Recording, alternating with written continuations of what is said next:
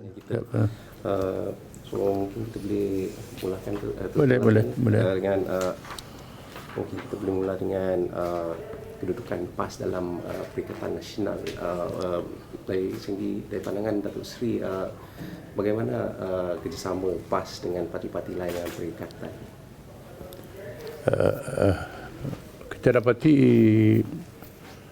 keadaan lebih baik dan lebih kukuh apabila kita dapat mewujudkan suasana politik yang mendapat respon rakyat yang sangat baik, yang sangat positif.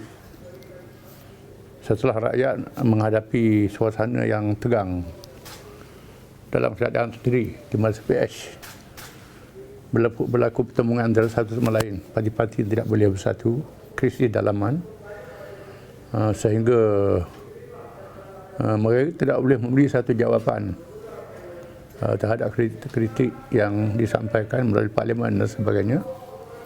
Hujahnya tak lain, ini kelemahan keadaan dulu. Jawapan tindakan itu tidak banyak. Ini yang berlaku. Bila kita ambil alih, kita dapati Tan Sri Muhyiddin Yassin dan pasukan kita mengambil langkah yang lain.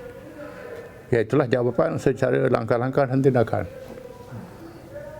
Khusus dalam menghadapi suasana COVID-19 dan mendapat kejayaan yang sangat positif dan cerah di peringkat antarabangsa dan rakyat menerima dengan baik. Ini mewujudkan suasana yang lebih mudah kita bekerja dan mengadakan kerjasama dalam parti Perikatan Nasional sendiri. Ya. Dalam Perikatan Nasional ni, dalam pandangan Datuk Seri, bagaimana sokongan PAS terhadap Tan Sri Muhyiddin dan Perikatan Nasional memandangkan rakan PAS UMNO dalam Muafakat Nasional telah menarik diri dari Perikatan Nasional? Satu perjumpaan pemimpin komponen Perikatan Nasional sudah diadakan, melibatkan parti-parti politik di Semenanjung, parti politik di Sabah dan Sarawak. Kita telah mencapai satu persefahaman untuk menjaga kerajaan yang ada ini. Yang pertama, kita menerima Tan Sri Muhyiddin sebagai Perdana Menteri dan mencalonkan beliau sebagai Perdana Menteri untuk PRU ke-15. Yang kedua, kita bersepakat untuk memastikan pertandingan dua penjuru di antara parti kerjasama kita dengan parti Mangkang. Itu satu kerjasama dasar yang telah kita capai. Ya. Dalam kerjasama ni, Datuk Seri, UMNO ada buat perlawanan kepada Bersatu untuk menyertai Muafakat Nasional.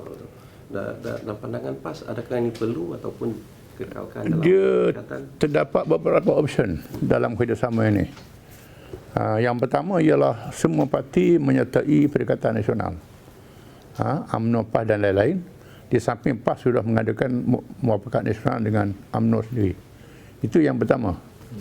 Oleh kerana kerjasama ini terlalu awal, masih terlalu peringkat permulaan dan tidak kukuh, belum mendaftar. Dan sebab itu ada opsi yang kedua ialah supaya parti di Semenanjung ini bersatu menyertai Muafakat Nasional. Dan ini sudah bersetuju pada dasarnya. Kami sudah bersetuju, PAS, UMNO bersetuju dan Tan Sri Muhyiddin pun memaklumkan mendapat persetujuan daripada Parti Bersatu. Ya. Adapun Sabah dan Sarawak terpulang kepada kerjasama di tempat masing-masing. Gabungan Parti Sarawak, gabungan Parti Sabah. Kemudian parti ini masuk dalam Perikatan Nasional. Begitu. Ya.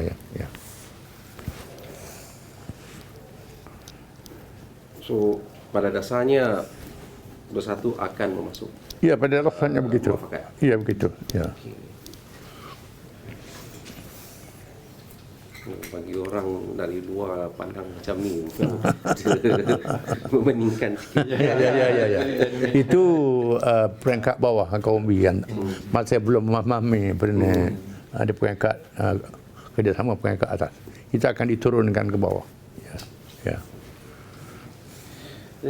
Dalam pandangan Datuk Seri, kerajaan yang ada sekarang ni, adakah perlu kerajaan sekarang ni mendapatkan mandat baru ataupun bolehkah kerajaan ini teruskan sampai habis terma dalam 2023? Dari segi konsep demokrasi, perlu mendapat sokongan langsung daripada rakyat.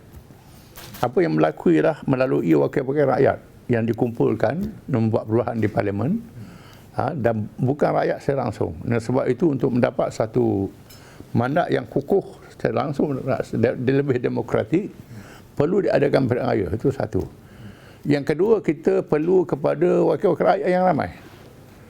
Di sana rakyat di bawah, majoriti menyokong Perikatan Nasional. Tetapi masih ada wakil rakyat yang terikat dengan parti masing-masing yang tidak boleh membuat perubahan. Kita percaya kalau dibuat pilihan raya, kursi akan bertambah. Ya. Berdasarkan kepada PRK yang kecil yang diadakan beberapa kali. Ya. Kursi untuk perikatan ataupun untuk PAS? Untuk perikatan akan dibahagi secara seksama. Ya. Ya. Dalam masa ni adakah PAS dah mulakan persediaan untuk pilihan raya? Ya, sudah mula persediaan. Kita sudah mengarahkan jentera parti di seluruh negara di peringkat Akaumbi supaya membuat persediaan pilihan raya bila-bila masa. Ya. Semua dah Ya, sudah. bersedia. Sudah bersedia. Ya. Dalam jangkaan Datuk Seri agak dekat tak? Agak dekat, sama ada akhir tahun ataupun awal tahun. Ya.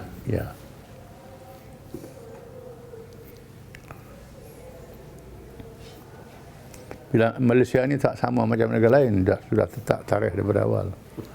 Itu amalan lama begitu. Ya. Itu perlu kepada perubahan lah. Kalau kita dapat mandat yang lebih majoriti, mungkin kita akan buat perubahan lebih baik lagi. Datuk Seri, selama ni beberapa tahun ni Datuk Seri sering menaikkan keperluan kepimpinan Melayu Islam dalam kerajaan persekutuan ni. Nah, kalau mengikut komposisi kerajaan sekarang, nampaknya seperti dah tercapai matlamat tu kepimpinan Melayu Islam. So, dalam pandangan Datuk Seri, apakah matlamat seterusnya yang PAS akan menarjui? Dari segi mewujudkan negara yang betul-betul stabil dari segi politiknya, di samping rakyat yang menganut agama Islam menerima konsep masyarakat majmuk, tidak menjadi masalah. Berbagai kaum boleh hidup aman di kampung-kampung, dapat dilihat sendiri. Tetapi bagi menjamin kesabaran itu, mestilah kaum yang mendominasi penduduk menguasai dominasi kerajaan. Ini sangat penting. Kita melihat banyak negara yang cuba nak buat pilih kalangan minoriti, seperti di Fiji sebagai contoh beberapa masa dulu. Di Chile, Fujimori pegang sekejap orang Jepun. Dan ada negara-negara lagi. Ini mewujudkan suasana yang pemimpin tak dihormati, tak didukung oleh dominasi kaum. Dukungan mereka ini sangat penting dalam keselamatan sebuah negara. Bukan kita nak wujudkan dua hara, fanatik kaum tak ada. Tetapi seorang pemimpin itu, kerajaan mesti dia mendapat dukungan kaumi yang kukuh. Ini sangat penting. Ya. Dalam pandangan Datuk Seri, apakah langkah seterusnya setelah mewujudkan kerajaan yang lebih stabil, agaknya selepas pilihan raya? Ya. Apa matlamat seterusnya bagi PAS? Adakah PAS akan terus mendokong usaha untuk membawa lebih mengubah undang-undang di Malaysia untuk lebih akur kepada Quran berbanding sekarang yang dia lebih sekular? Itu macam mana? Memang kalau kita lihat, Quran sendiri menganjurkan pandangan politik yang sebutkan tadi. Mesti dominasi kaum. Dalam masa yang sama, kita menerima masyarakat majmuk. Dengan sebab itu, dalam pilihan raya ni, keadaan tidak konsisten. Ada kawasan yang majoriti orang Islam, wakil rakyat yang bukan Islam. Sekadar gula-gula masa kempen pilihan raya boleh menang. Politik wang, money politik, ini masih berlaku. Lepas pilihan raya, keadaan tidak stabil. Dan sebab itu sepatutnya mestilah kawasan yang majoriti orang Islam, dia pilih orang Islam. Dalam masa yang sama, kawasan yang majoriti bukan Islam, mereka pilih wakil rakyat mereka. Itu sepatutnya begitu. Mungkin akan berlaku keputusan tidak seimbang. Ini boleh kita laksanakan kerajaan teknokrat. Jika memilih wakil-wakil kaum yang tidak dipilih dalam pilihan raya, ini boleh buat. Mungkin keputusan Melayu itu tidak konsisten pilihan raya akan berlaku ini. Mungkin MCA tak menang banyak, DAP menang banyak. Bagaimana kita nak wujudkan orang bukan Islam? Ini boleh lantik jadi senator, boleh lantik jadi kawasan. Ini boleh kita buat. Sementara waktu untuk kita membuat satu perubahan yang betul-betul lebih baik. Ya. Pandangan Datuk perubahan yang lebih baik itu apa langkah pertama yang patut dibuat? Mungkin adakah undang-undang spesifik yang Datuk Sri nampak perlu diubah? Yang perlu Perikatan Nasional perlu mendapat majoriti 2/3 untuk memindah perlembagaan. Ini sangat penting. Seboleh-bolehnya. Sama ada kaum Bumiputera dan Islam dapat 2/3 ataupun campuran bukan Islam yang tidak ekstrim, yang juga mendukung prinsip yang saya sebutkan tadi. Jadi berlaku 2/3 perubahan ini, barulah kita boleh pindah perlembagaan, boleh pindah sistem pilihan raya yang lebih baik. Ya.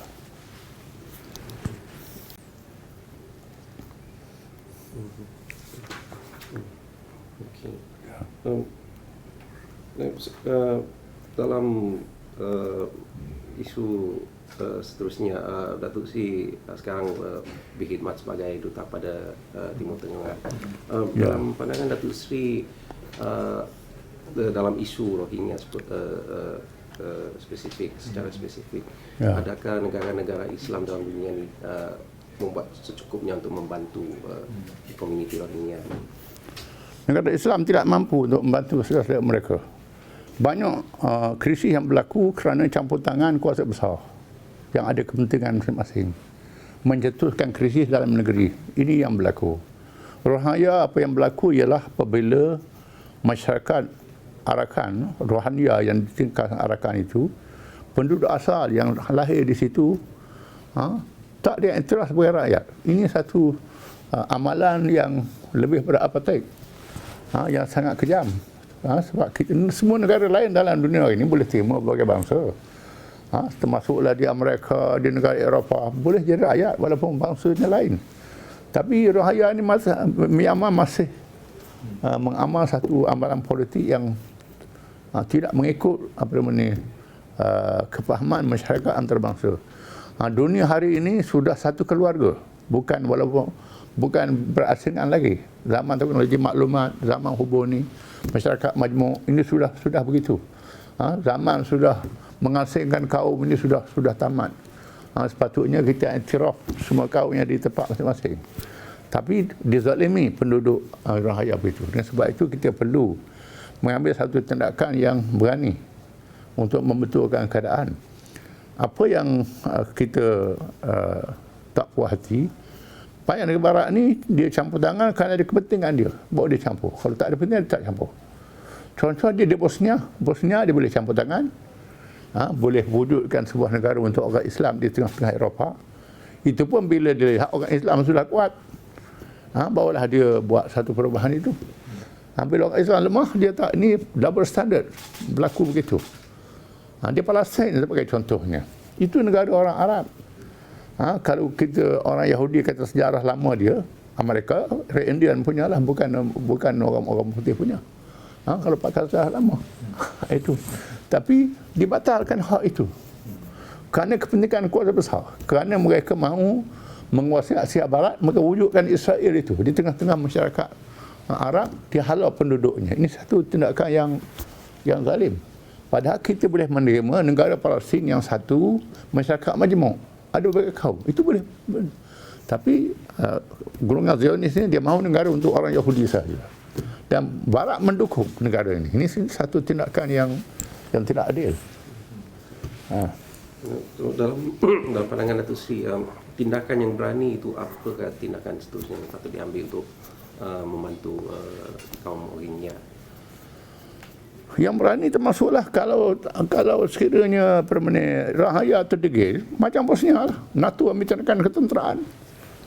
Untuk bukan untuk berperang, tapi tindakan yang berani, satu tindakan yang keras daripada PBB sendiri perlu diambil. Sebagaimana di Kongo pada satu masa dulu pernah tentera dia untuk wujudkan keamanan, tetapi mestilah mendapat persetujuan pemerintah setempat.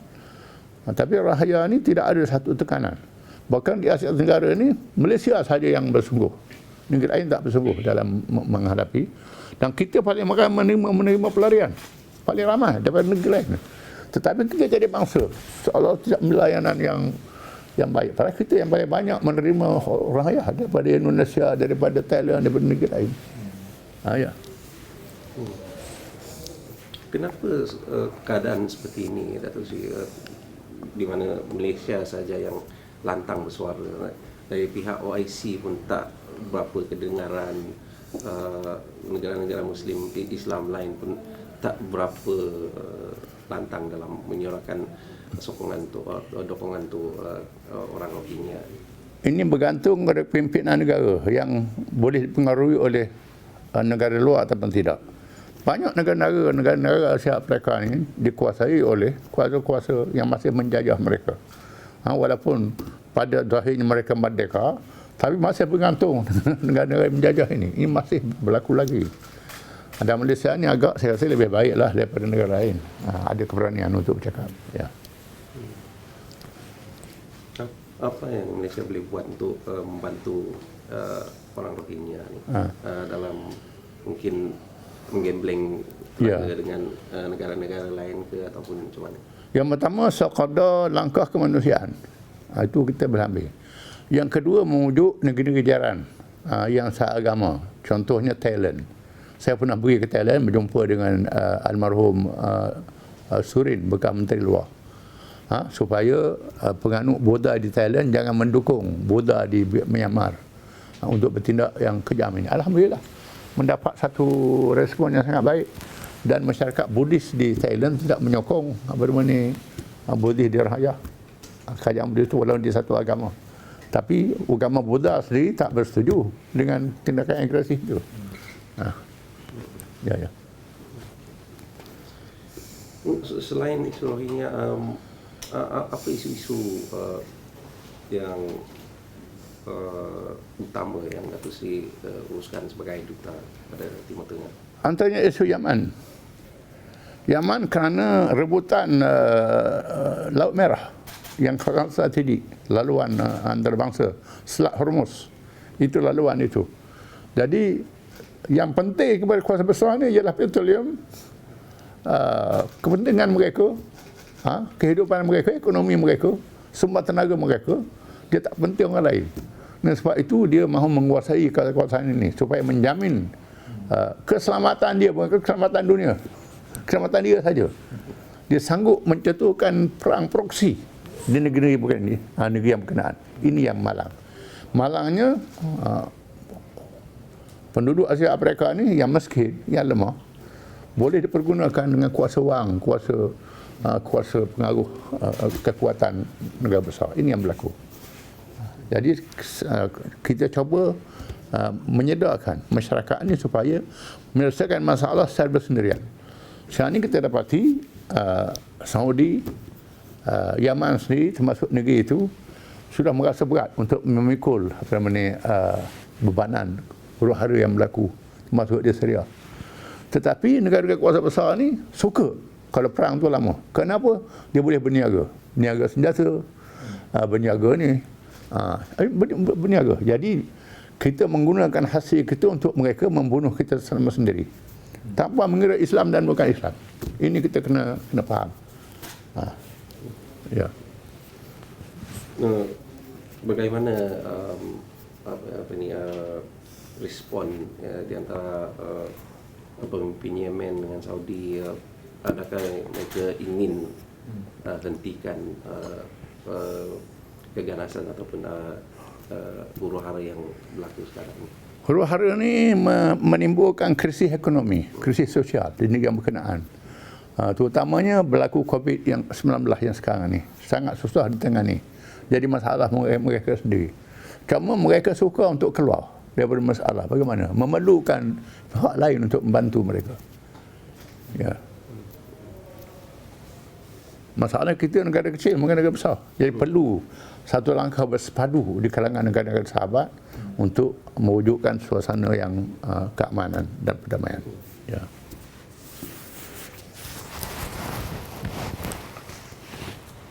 Sebagai Duta Besar ke Timur Tengah, apa matlamat utama yang Datuk Seri ingin capai?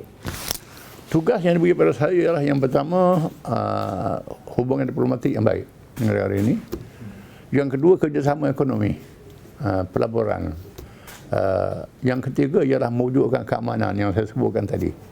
Kerja ekonomi ini sepatutnya kita utamakan hubungan negara serantau, negara sahabat, negara jiran. Ini utama. Kita saksikan bagaimana kuasa-kuasa Eropah, contohnya EU, European Union.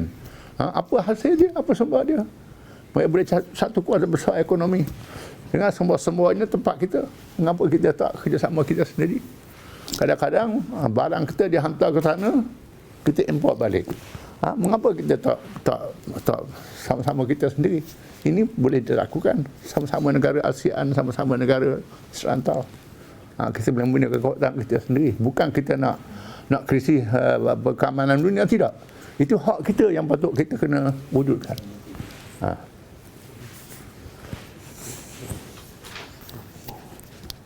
Kembali kepada isu yang lebih domestik. Ya. Kita nampak viral hari itu di media sosial selepas keputusan mahkamah terhadap Datuk Seri Najib, gambar Datuk Seri dengan pimpinan tertinggi PAS pergi mengawal Datuk Seri dekat rumah dia. Ramai pandangan yang mengatakan ini Datuk Seri tengah berkawan dengan orang yang terpalit dengan korupsi. Apa pandangan Datuk Seri, pandangan balas? Yang pertama, kita pegang pada konsep orang yang dituduh selagi belum diputuskan sepenuhnya tidak bersalah. Kita tak mahu menghukum seseorang berdasar kepada media sosial. Sepatutnya mesti melalui proses mahkamah yang betul. Ini masih peringkat rayuan, bukan lagi sudah putus. Kita anggap dia tak bersalah. Yang keduanya, kita nak ubah persepsi masyarakat. Jangan hukum dulu sebelum dibuktikan sepenuhnya. Yang kedua, kerjasama kita dengan UMNO, kerjasama parti dengan parti, bukan dengan orang. Bukan dengan individu. Dan dia masih lagi pemimpin. Masih pemimpin. Dan sebab itu, saya mengunjung supaya penyokong-penyokong mengetahui bahawa kita tak putus dengan Barisan Nasional, dengan UMNO, yang kita kerjasama dengan Perikatan Nasional. Itu langkah yang saya ambil. Ya.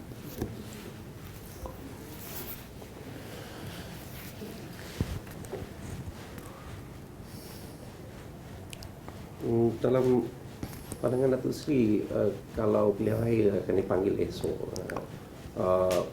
bagaimana PN akan performance PN dalam pilihan raya yang akan datang, lebih baik daripada sekarang atau macam mana? Kita melihat kepada beberapa pilihan raya kecil yang berlaku, di mana Perikatan Nasional mendapat kemenangan yang besar, yang akhir di Kimanis, di Chini dan lain-lain lagi, mendapat kemenangan yang besar dalam semua kerjasama. Walaupun kita tak nafi kawasan itu kawasan UMNO, tetapi undi tambahan itu ialah undi kerjasama. Dan sebab itu majoriti yang sangat besar, menunjukkan bahawa di sana banyak kawasan-kawasan pilihan raya yang 14 dulu, keputusannya kalau dicampur sokongan PAS dengan UMNO bersatu, kalau campur tiga parti ini, banyak kerusi kita boleh ambil balik. Jumlah itu. Itu belum lagi kesan daripada kerajaan PS yang negatif. Kalau kita baca itu, banyak dari sokongan dapat. Ya. Datuk Seri ada target tak berapa banyak kursi PN boleh dapat dalam pilihan raya? Melebihi simple majority. Oh. Kemungkinan untuk mendapat two-third majority.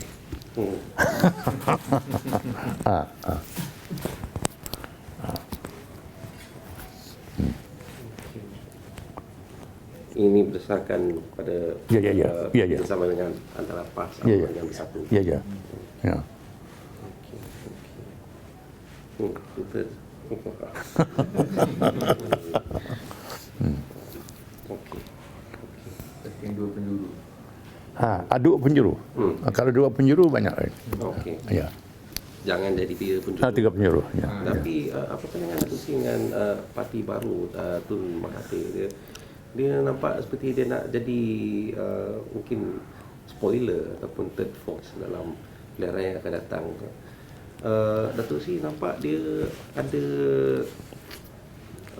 dia akan berkesan tak untuk mengganggu plan PN?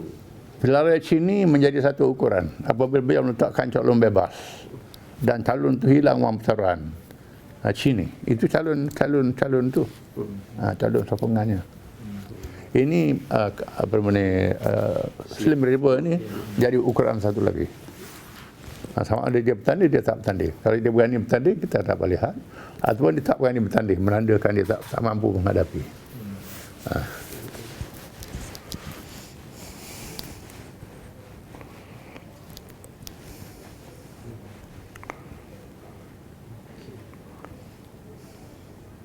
So dalam pandangan Datuk Seri, parti baru Tun Mahathir mungkin tak akan membawa apa-apa kesan.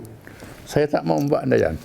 Kerana Malaysia sebuah negara demokrasi yang tak ada halang siapa nak buat parti baru.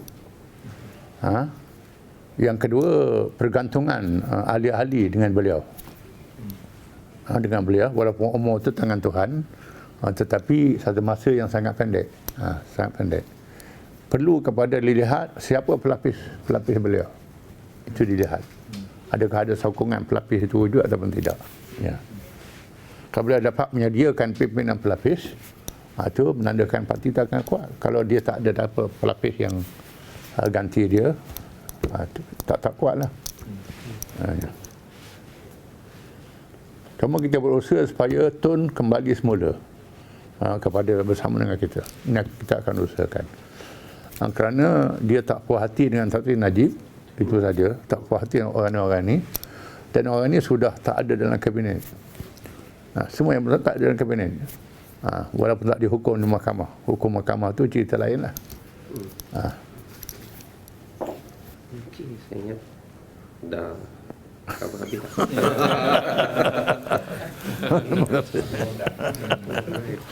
Terima kasih.